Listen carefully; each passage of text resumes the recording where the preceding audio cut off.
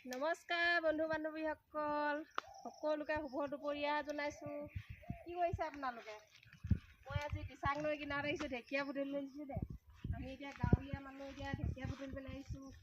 ৰাতিলৈ যোগাৰ কৰিব লাগে, তাকে বোলো লগতে আৰু খবৰ খাতি লৈছোঁ, ভিডিঅ' বনাইছোঁ। দিচাঙৰ ভিউটো অকণমান দেখাই দিয়া।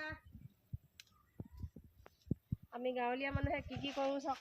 কচু, এইবিলাক কচু আছে, ঢেকীয়া আছে। আহিব দেই আপোনালোকে ঢেকীয়া বুটলিবলৈ। কিমান চোতামান লাগিছে না? আহিলে ঢেকীয়া পপ একদম হেৰি লগত বনাই খুৱাই দিম। গাহৰি আৰু ভেদাইলতা, এইবিলাক ভেদাইলতা হেৰি কি বুলি কয়, হয় চাটনি বনাব লাগিব। মজা একদম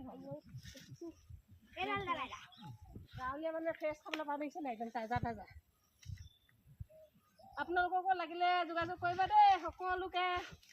বাই বাই।